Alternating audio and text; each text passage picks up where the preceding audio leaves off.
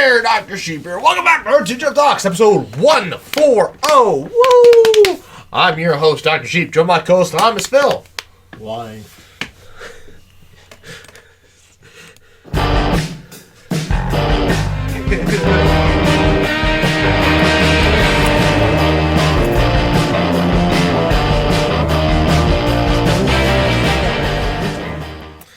All right, mister. I'm depressed. What does depression matter? Oh, man. Throw him off over the bridge. Who are we throwing over the bridge, and why are we throwing them over the bridge? Why not? Well, we have recorded a video that was your idea. Needs intro.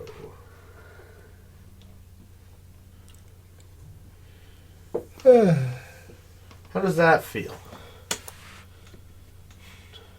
What? Needs in hoe.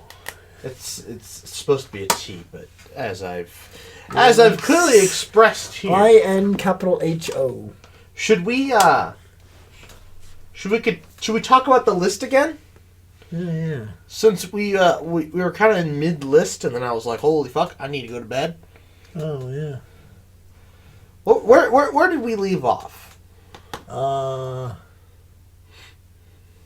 Don't have kids. Don't have kids. Okay, so for everybody watching, I made a list. Freshman year of college. He's been rather unsuccessful in the dating world. I couldn't imagine why. What do you mean you can't? I can't. I don't see it either. There are numerous reasons. You mean like one reason that just kind of summarizes them all? No, just a lot of things, really. And this is kind of just the most basic of them. What do you mean the most basic? If you were to pick a few to just kind of summarize, all his problems, this list does a decent job. But it's more or less a survey course of his problems. Survey? What do you mean by that? There's a lot more than meets the surface. Than meets the surface? What? Okay, so I made a short a while ago where I shared my list of things you should not say on a first date. Yeah. Some of this is just, what you pick up around the internet, and others is from first-hand experiences. I will let you decide. See, I would have figured some of it would have been common sense, but, I don't really have a lot of that to begin with. That was the third option. There were three options. Either A, it's common sense, B, you got it from the internet, or C. I think I started with 1 and then went B. Now we're on to C. I here. Well, it could still be common sense, but you just didn't. You learned from experience, but you're just too dumb to have to. Let's share the list before we get into whether that need to be said or not. There's never talk about your exes, religion, politics, drugs, weapons of mass destruction, money, marriage with an asterisk, kids with an asterisk, and then the list itself. Because thus talking about the list reveals the other items on said list, thus defeating the purpose of the list. You should have another one. What's that? You. Oh, yeah, don't talk about yourself. You gotta be fake on a first date. Yep. Well, clearly your personality isn't doing it. Clearly. These women seem to have actual reasonable judgment skills. I blame the nukes on you. These are women that actually have good decision-making skills. No. And so the only way to combat that is to lie. Wrong. They're missing out. Yeah, missing out on a bad decision. Good on them. It wouldn't have been a bad decision. It would have been a very good decision. Yeah, good is relative. Good is not relative in this case. Good is finite, definitive. Answerable. The nukes I blame on you. It would have never come up on a first date had it not been for you. Yeah, I'm to blame. Yes. My bad. You tricked me into designing a Neptunium bomb for you. Which you never actually did. What do you mean? You asked, do you think it's possible? And I said, well, let me Google something real quick. Yeah, and that's as far as you didn't even really Google it because you said, I don't want that on my search history. I did Google it. I Googled half-lives of Neptunium weapons and then found also their of Neptunium isotopes. Yeah, but you didn't tell me how to make one. You just said it isn't possible. I need to know how to build one. Well, you follow the same procedures you do for all the other ones. Yeah, but do you think a gun is the best way? Or should I use dynamite or? Oh, no. Gun is never. No, gun is the worst way. You know why gun-type nuclear weapons don't work? Well, I mean, they can work. But they're not as good as implosion-based. But you want to know why? No. You're going to find out anyways. I have a feeling. It doesn't matter what I feel. I do the opposite. You're right. Remember that. It doesn't matter what you feel. Nope. My feelings do not matter. And why should they? You're absolutely correct.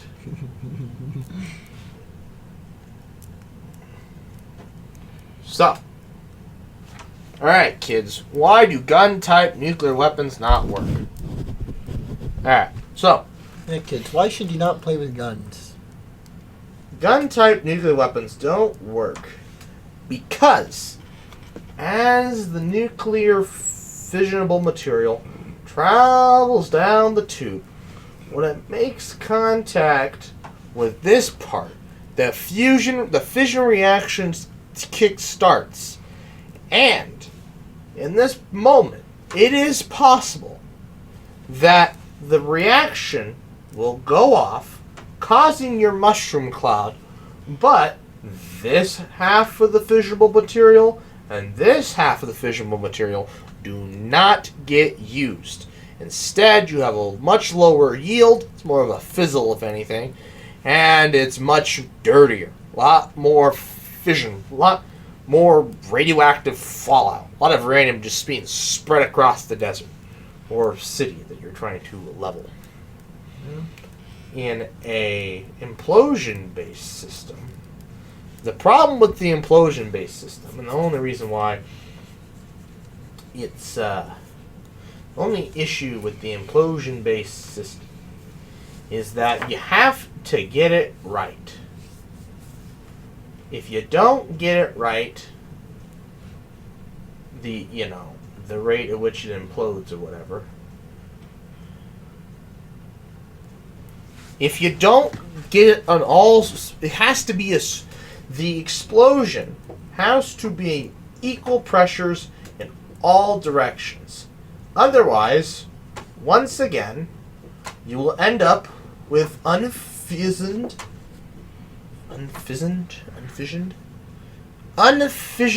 product. So, I would say an implosion-based weapon is the way to do it for Neptunium. Simple as that. Are you listening? No. Wow. Actually, while we're on the topic of weapons of mass destruction, what do you know about antimatter weapons?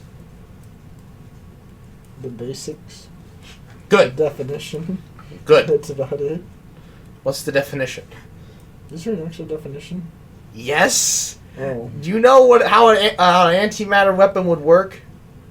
I just figured that you just use the antimatter before it annihilates with itself as a fuel. It doesn't annihilate with itself. It annihilates with other matter. Well, no, it's counterpart. Right. So, I was thinking about that. What if you built an antimatter warhead? Right, I was actually just thinking about this. Was it yesterday? Yeah, it was yesterday. So, something I realized with an antimatter warhead is that is it worth adding deuterium lithium deuteride. Because think about it, right? We make thermonuclear weapons are 3 bombs in one. You have TNT. Oops.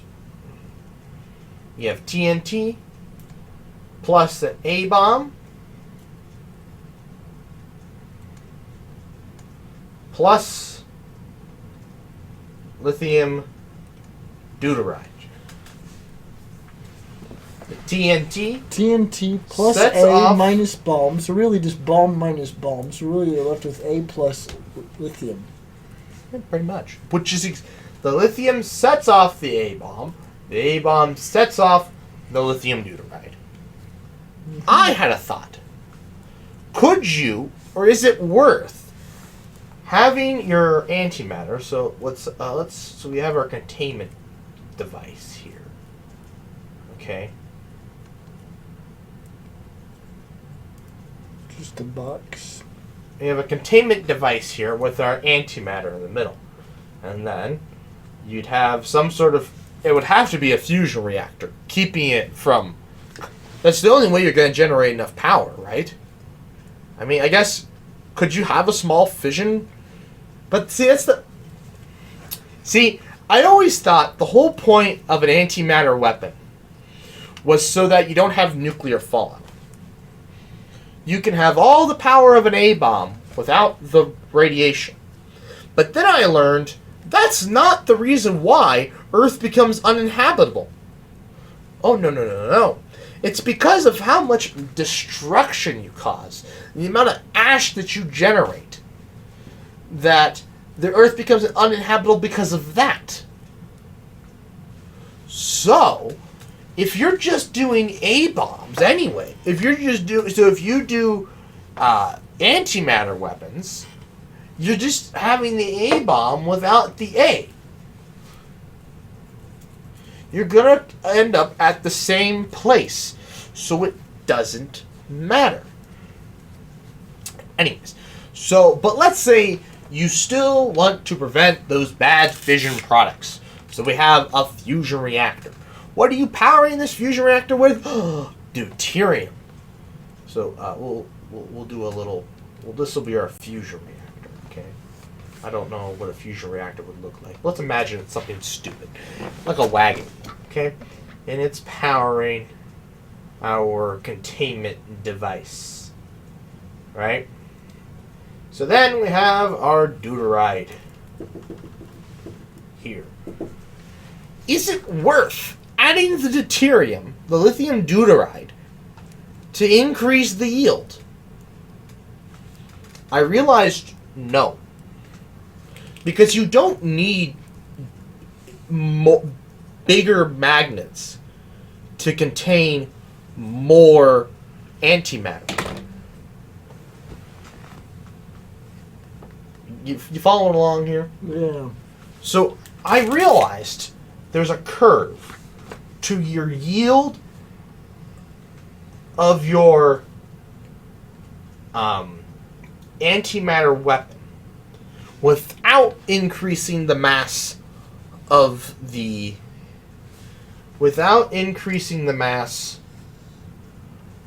your warhead. So I can increase the power without having to increase the mass. Actually, it'd be more like this.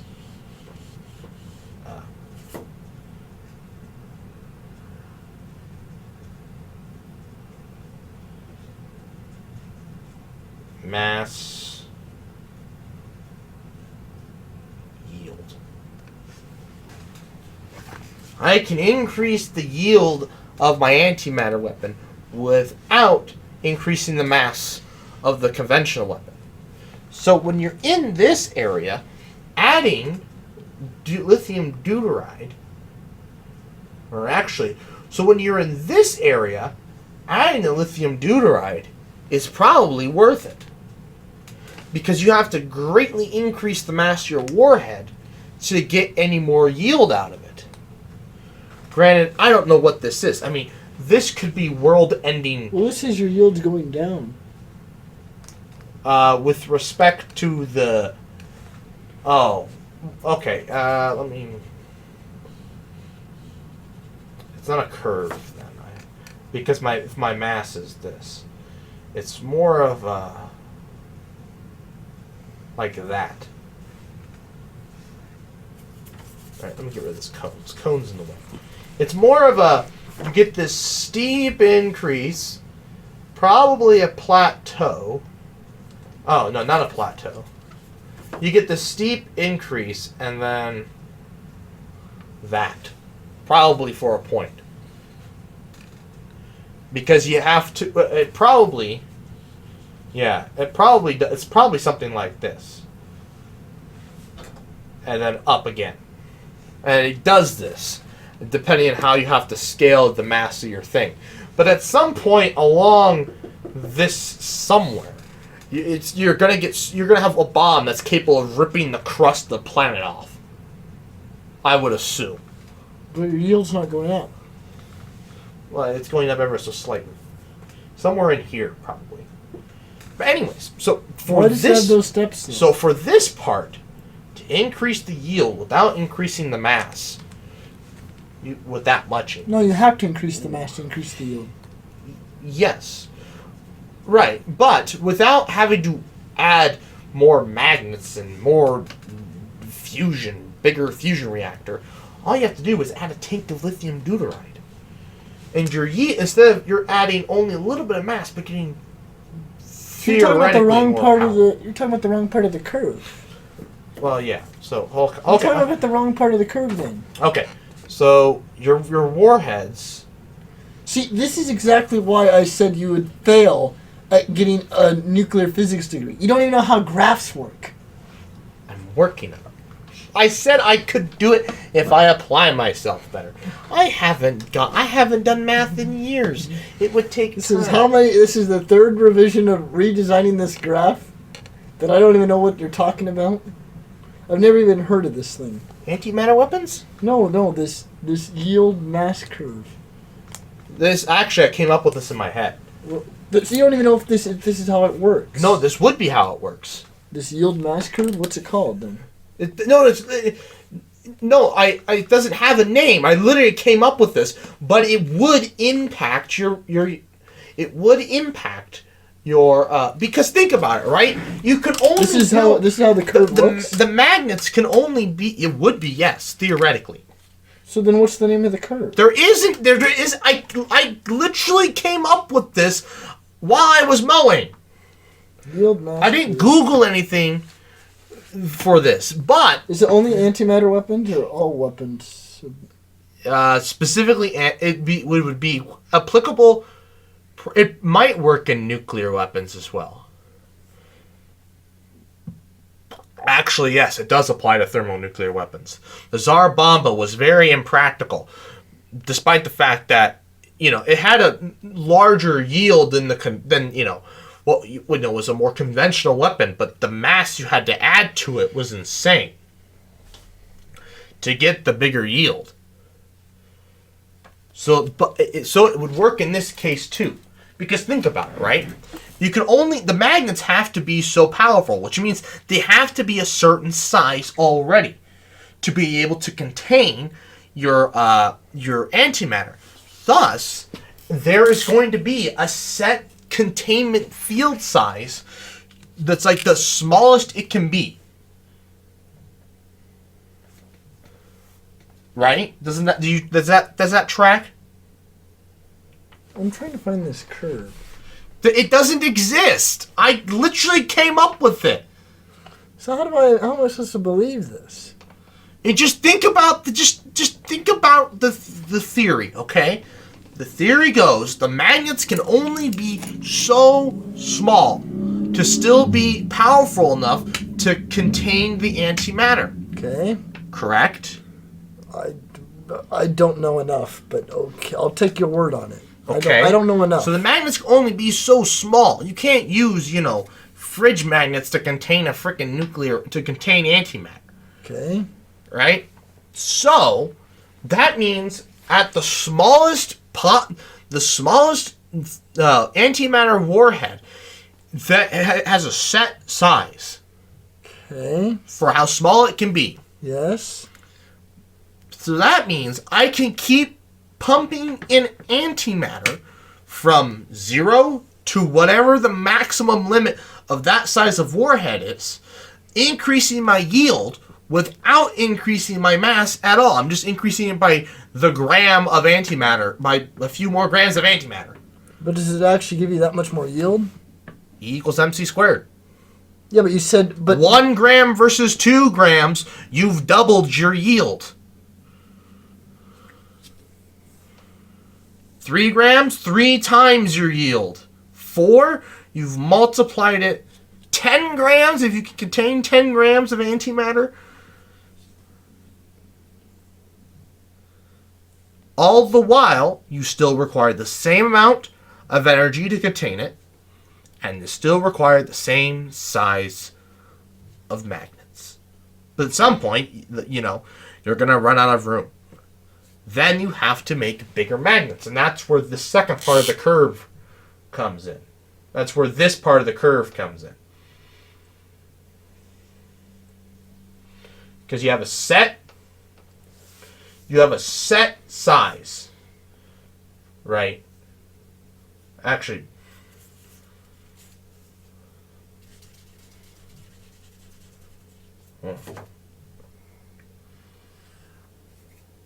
you have a set size, so there's a set mass, right? But your yield can theoretically, but there's a set mass. There's always a set mass, but your yield can literally be 0.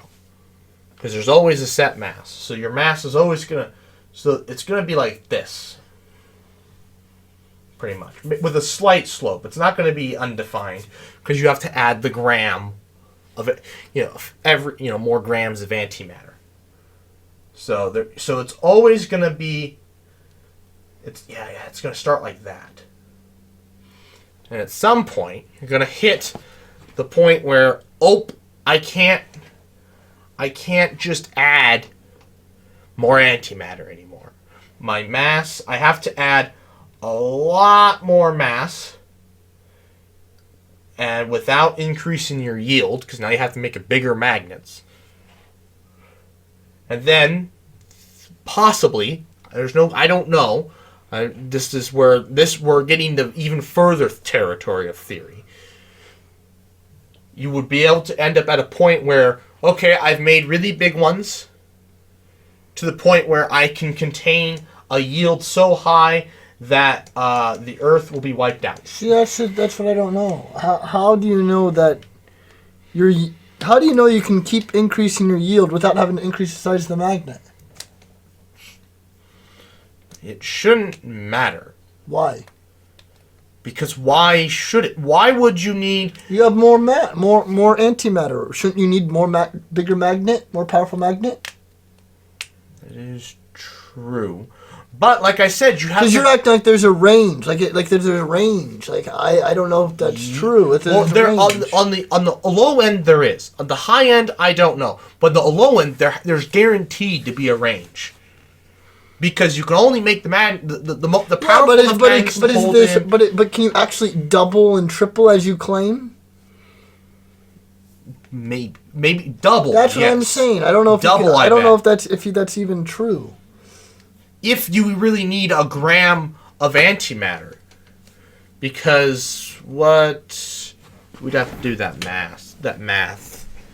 We'd have to. Oh yeah.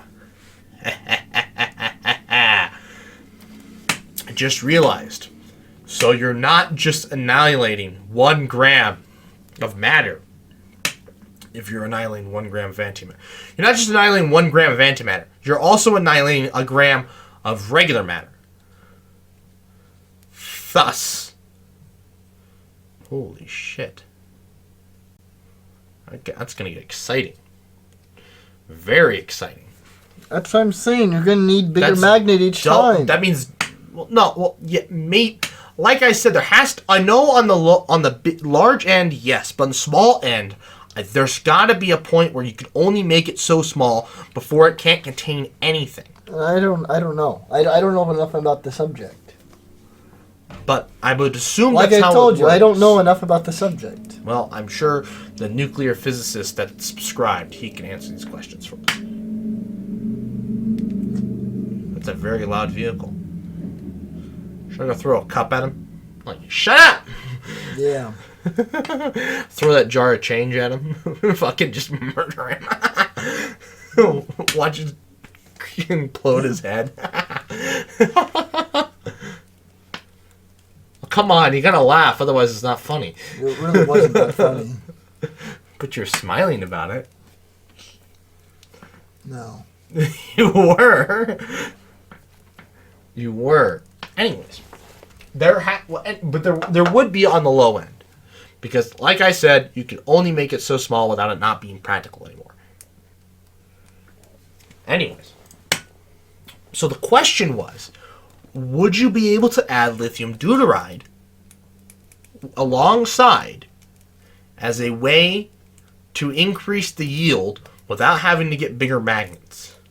I think in this section, before we bump up to the next size of bigger magnets to contain the next amounts of antimatter, I think you could add your lithium deuteride and get slightly more yield.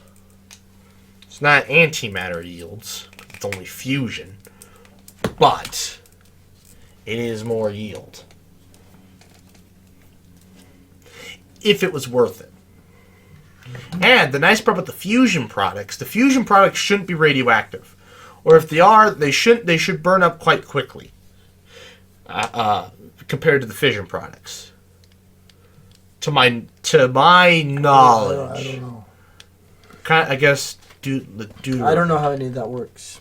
I don't know what the product of thermonuclear weapons is from the fusion. And we're not providing it with a neutron source. We're just providing it with the compression and heat. I think you also need a neutron source. Don't quote me. I'm not sure. I don't remember how the first H-bomb worked.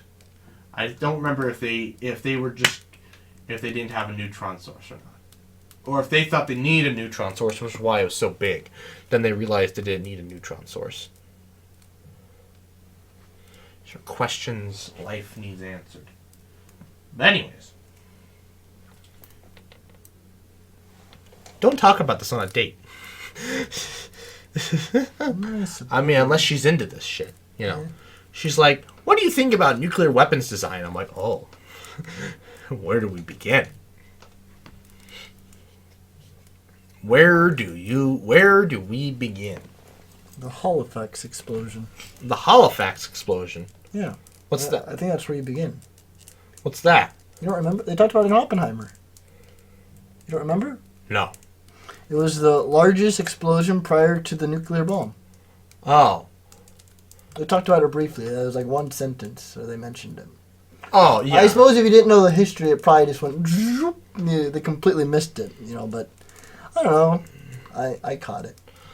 Is that man-made explosion? It was a chemical explosion. It was an accident. It was a ship. Right. It was an accident. They didn't mean to.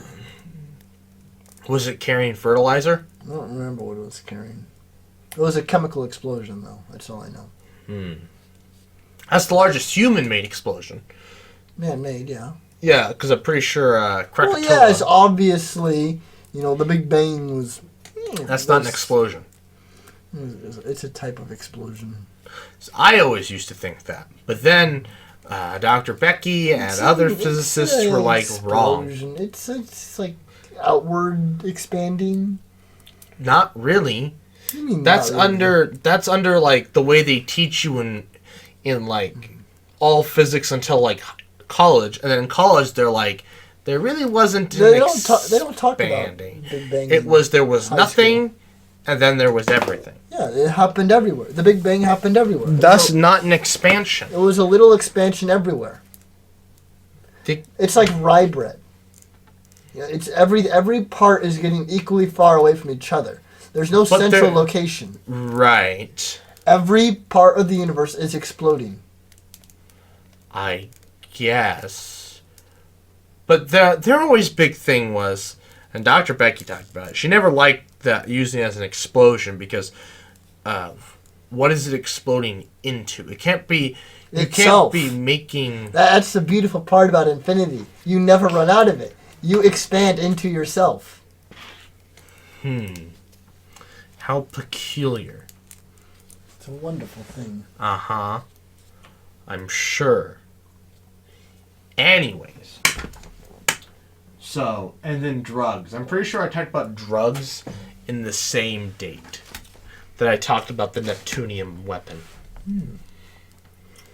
Yeah, your chronic heroin usage. Chronic heroin. Well, no, there's no chronic. If I had chronic heroin usage, it'd be a lot thinner. Oh.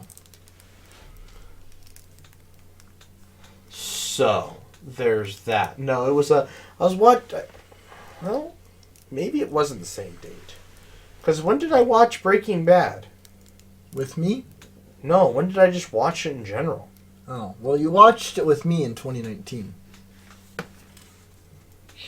Only reason I know that is because it was before COVID. Right. So did I... Because I finished watching it during COVID. So did I not? So I went on that date in 2019, not 2018? You could have went on it in 2018. I'm just saying when we watched COVID. Yeah, but when we watched Breaking Bad. I swear to God, I talked about drugs and the nuclear weapon on the same date. Unfortunately. The nuclear weapons happened in 2018. No. No, they were before that. 2017. Spring? No. So... It was spring of 2018. Yeah. It was the spring of 2018. The reason I know that is because I took Physics 1 spring of 2017. And Physics 3 is where we had this discussion. And that was spring of 2017. Or 2018. Right. I don't know. And then I took another course later on, spring of 2019. With the same professor.